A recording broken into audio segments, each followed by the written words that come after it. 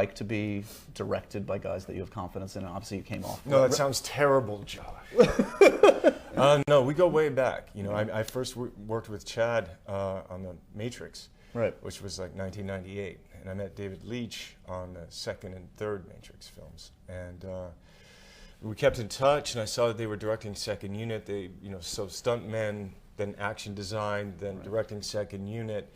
You know, like Hunger Games, Expendables, 300. Right. Very accomplished. And I knew that they wanted to direct, and so I sent them John Wick, thinking that they could bring something special to it. Not only with the action, which I think in this film we've raised, not the bar, but I mean, they wanted to do wide shots, they wanted to have less cuts. Yeah.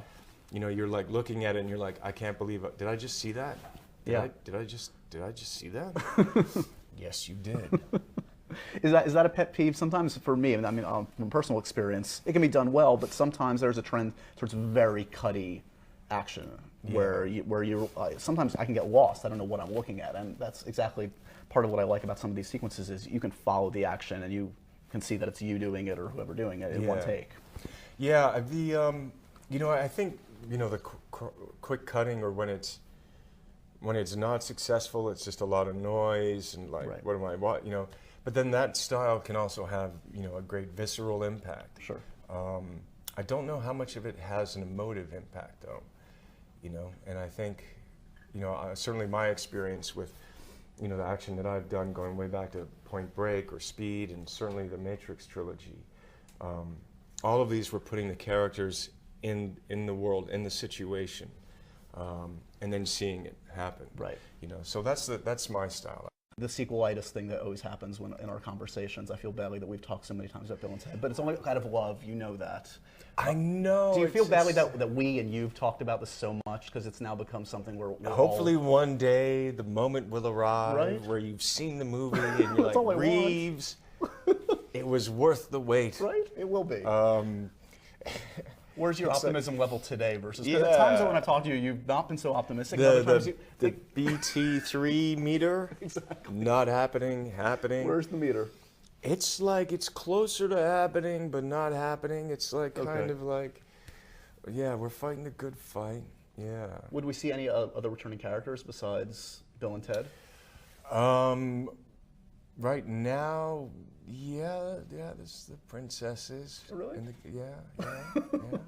We're married. Marriage is falling apart. Oh. Bill and Ted, they're busy. They're trying to write the song that saves the world. So you can't keep the wife happy when you're busy trying to write it. There's issues. There's issues. Was too much? I'm guessing there was too much made of this like flippant quote the other day. You're not itching to do necessarily another Speed movie, are you? Or was that just the thing that was made out of? That sounds like it was made out of Inter-Air. That's what I thought. I just wanted to clarify. Okay. Yeah. Okay. Yeah. Okay. Yeah. What's the next thing you're shooting? I know you're looking for another directing project, and hopefully at some point we'll get to see you return to that realm. Yeah, thank you for that. You know, in the past few months, I've had a chance to do a couple of films. Worked with Eli Roth on a picture called Knock Knock, Home Invasion. Very cool. Very weird, but very cool. That's Eli Roth in a nutshell. Yeah, he's fantastic. And then I got to work on a courtroom drama called The Whole Truth with Courtney Hunt, and where everybody's lying. It's fantastic. Perfect for an actor. Yeah, and then right now, just looking for work. I think it'll work out. I don't know. It's true, though. You got to find the right thing. You got to put the stuff together. You got to. It's not just add water. Even for Keanu Reeves, it takes work. Yeah, for sure. You truly love this stuff. You live and breathe this stuff. I know, like genre films and comic books way back when were big to you and that sort of thing. What was the stuff that you kind of geeked out on as a kid? Like, what was your kind of jam in the world of movies or in the world of genre? Yeah, I mean, Frank Miller's work had a big impact. You know, the Dark Knight series, the Wolverine. You know, the 4-chapter Wolverine. It was like, snicked. Yeah, I always wanted to play Wolverine. And did you ever go after it? Did you ever put your name out? Like, do you no, I missed that one. They got a great Wolverine. It worked out, but for everybody. Yeah, but no, I always wanted to like snake and just do that. Your next Halloween costume. Have the hair. Love that guy. So Frank Miller was a big. There was a series called Sage that was cool. I was reading New Mutants Ghost Rider. Sure. And then in the movies, it was like when I was a kid, I had a little black and white TV, and this channel on Sundays would play Hong Kong kung fu movies. And I dug those. And then I was that kid who was in the cinema that first saw the trailer for Star Wars. Yeah. What do you think about Star Wars continuing? You excited that J.J. Abrams is getting a chance to continue this? Sure. Right? Yeah, why not? Yeah. I mean, why not? I mean, they'll do some cool stuff. I feel like you have an air of a Jedi about you. I mean, I'm just saying, if they continue this... I know. Well, I guess I missed that one. No, you didn't. But I'm looking There's forward to buying a ticket and checking it out.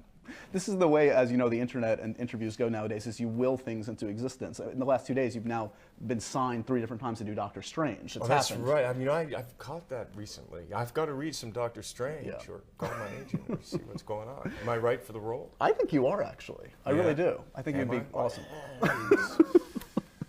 Mysticism.